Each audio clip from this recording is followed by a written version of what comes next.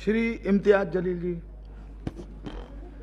अध्यक्ष महोदय, 14 सितंबर 1984 को जब हमने द फैमिली कोर्ट्स एक्ट बनाया तो उसका मकसद ये था कि हम कंसिलिएशन के ज़रिए, यानी कि हम बातचीत के ज़रिए, समझौता के ज़रिए मामलों को निपटा सके।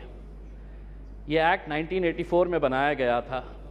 आज तकरीबन 40 साल के बाद अगर हम सब ये सवाल करें अपने आप से कि क्या ये एक्ट बनने के बाद हमने इस एक्ट के ज़रिए फैमिली कोर्ट में जितने भी मामले आए हैं उनको इंसाफ दिलाने के अंदर हम कामयाब हुए हैं, तो दुर्भाग्यवश मैं ये कहना चाहूँगा कि हमारा जवाब नहीं होगा।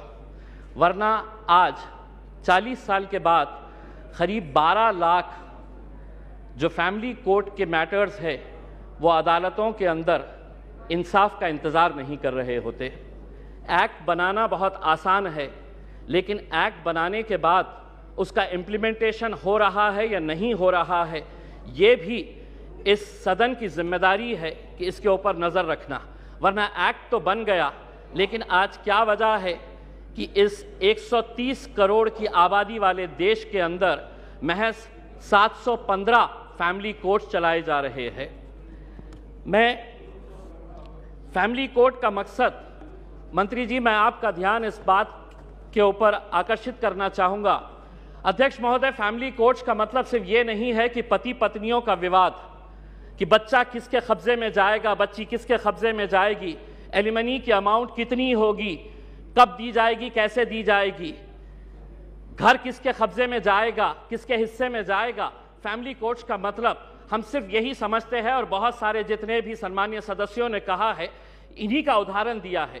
मैं मंत्री जी आपसे हाथ जोड़कर विनती करना चाहूँगा, हम एक ऐसे समाज के अंदर रहते हैं जहाँ एक नई संस्कृति को हम देख रहे हैं कि हमारे बूढ़े माँ बाप जिन्होंने हमें पाल पोस कर बड़ा किया है, जब वो बूढ़े हो जा रहे हैं तो इस देश के अंदर बहुत सारे ओल्ड एज होम्स खोले जा रहे हैं, वृद्ध आश्रम खोले जा रहे हैं।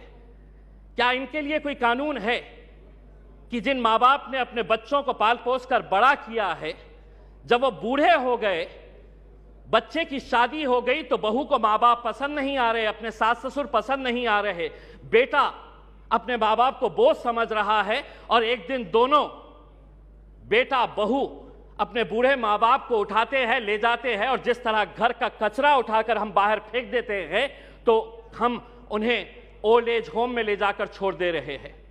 मैं तमाम सदस्यों से हाथ जोड़कर विनती करना चाहूंगा, मैं भी दिवाली के वक्त औरंगाबाद के मेरे चुनावी क्षेत्र के वो एक ओल्ड एज होम में गया था।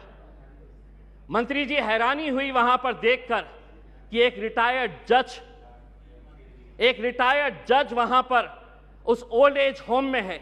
मुझे यकीन नहीं हुआ जब मैंने उसका नाम सुना कि उसके बेटे, इतना बड़ा घर है, ऐसा नहीं है कि बहुत गरीब है कि अब माँ बाप को पाल नहीं सकते हैं, लेकिन एक रिटायर्ड जज भी उस ओल्ड एज होम में जब हमने देखे तो तब समझ में आया कि ये समाज कहां जा रहा है करके।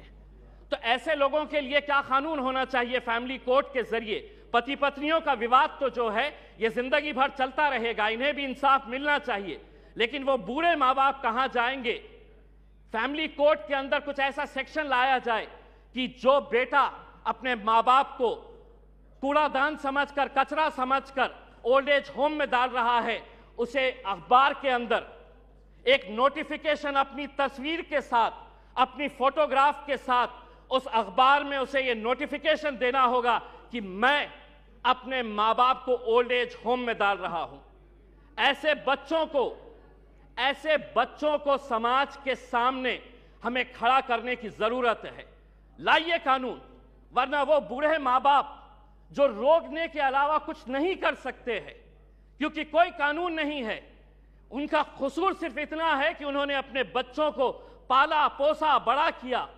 पूना में किसी ओल्ड एज होम के अंदर जाइए, ज्यादातर वो परिवार के बूढ़े माँ बाप मिलेंगे कि जिनके बच्चे इंजीनियर हो गए, इंजीनियर होने के बाद वो यूएस में पैसा कमाने के लिए गए, पैसा कमा रहे हैं, लेकिन माँ बाप के लिए एक कमरे का घर नहीं है तो ओल्ड एज होम में लेकर जाकर छोड़े। ये एक संस्कृति हम डेवलप कर रहे हैं। फैमिली कोर्ट्स के जरिए मैं मंत्री जी आपसे यह अनुरोध करना चाहूंगा कि आप कुछ ऐसा कानून इन लोगों के लिए भी लेकर आइए जो बच्चे अपने माँ बाप को आज यहां पर ले जाकर छोड़ रहे हैं। मैं मंत्री जी आपसे एक सवाल करना चाहूंगा। अदालतें तो बन जाएगी, फैमिली कोर्ट्स का ये जो आप अमेंडमेंट लेकर आ रहे हैं ये सिर्फ हिमाचल प्रदेश और नागालैंड से ताल्लुक है। बहुत सारे जितने भी सम्मानीय सदस्य हैं उन्होंने यही कहा है कि justice delayed is justice denied. Nagaland का एक्ट कब बना था? नागालैंड का एक्ट 2008 के अंदर बना है। अगर यहीं पे अगर हम इतना डिले कर रहे हैं कि पुराने फैसले जो विदाउट पार्लियामेंट के पास किए गए हैं, आज अगर इतने सालों के बाद हम ये अमेंडमेंट लेकर आ रहे हैं कि नागालैंड के 2008 के बाद जितने भी जजेस ने फैसले दिए हैं रेट्रोस्पेक्टिव इफेक्ट से हम इसको आज के दिन पास कर रहे हैं, यानी कि गलती अगर हमारे पास से ही हो रही है तो हम उन अदालतों से कैसे इंसाफ की गुहार लगाएंगे? अदालतें एक्ट बनाना बहुत आसान है। मैं मंत्री जी, आप कुछ दिन पहले औरंगाबाद आए थे, वहां पर आपको लॉयर्स एसोसिएशन ने एक मेमोरेंडम दिया है। अगर से महाराष्ट्र की अदालतों की अगर हम बात करते हैं, 91 sanction post of high court जजेस है। अध्यक्ष महोदय, 91 पोस्ट ऑफ हाई कोर्ट जजेस है, उसमें से महज 56 जजेस है, यानी कि वैकेंसी आप देख लीजिएगा कि तकरीबन 40% वैकेंसीज है। अब मैं आपको अंदर की बात बताता हूं।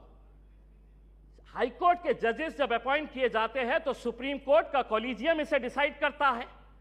यह पूरा सुप्रीम कोर्ट के कॉलेजियम ने अपना रिकमेंडेशन दे चुका है। क्या वजह है कि सरकार ने इसे इतने सालों से रोक रखी है? क्यों नहीं आप, अगर ये मानते हैं, सभी लोग कह रहे हैं कि पेंडिंग केसेस है, तो सरकार की क्या मजबूरी है कि हाई कोर्ट के जजेस जब सुप्रीम कोर्ट कॉलेजियम ने रिकमेंडेशन भेज चुका है तो सरकार क्यों रोक रही है? हम भी जानते हैं, विपक्ष अच्छी तरह से जानता है कि क्यों रोका जा रहा है करके, लेकिन आज जब आप जवाब देंगे तो हम उम्मीद करेंगे कि आप इन फैमिली कोर्ट्स के अलावा, क्योंकि आज आप एक्ट तो अपने आंकड़ों के जरिए पास कर लेंगे, लेकिन सिर्फ इमारत बनाने से इंसाफ नहीं मिलेगा। उस इमारत के अंदर उस कुर्सी के ऊपर बैठने वाले, ये सदन कोई मायने नहीं रखता है अगर वो ये स्पीकर की कुर्सी खाली रही तो। वो स्पीकर की कुर्सी जितनी महत्वपूर्ण इस सदन के लिए है, उसी तरह अदालतों के अंदर जजेस की कुर्सी भी बहुत मायने रखती है। लेकिन अगर आप ये मानेंगे कि नहीं, इतने करोड़ केसेस पेंडिंग है, तो कौन उसका निपटारा करेगा? आप ही करेंगे मंत्री जी, आप ही को करना है। और अगर सुप्रीम कोर्ट कॉलेजियम ने अपना महाराष्ट्र के जजेस का रिकमेंड कर चुका है तो सरकार उसे क्यों रोकी है, इसका जवाब भी आपको देने की जरूरत है। आपने एक ट्रिपल तलाक का कानून लेकर आए थे, इसके जरिए ये भी फैमिली कोर्ट का मैटर है। मैं आपसे पूछना चाहूंगा, उस वक्त जब ट्रिपल तलाक का मामला आया था तो बहुत सारे लोगों ने चीख चीख कर कहा था कि हमें मुस्लिम बहनों के साथ इंसाफ करने की जरूरत है।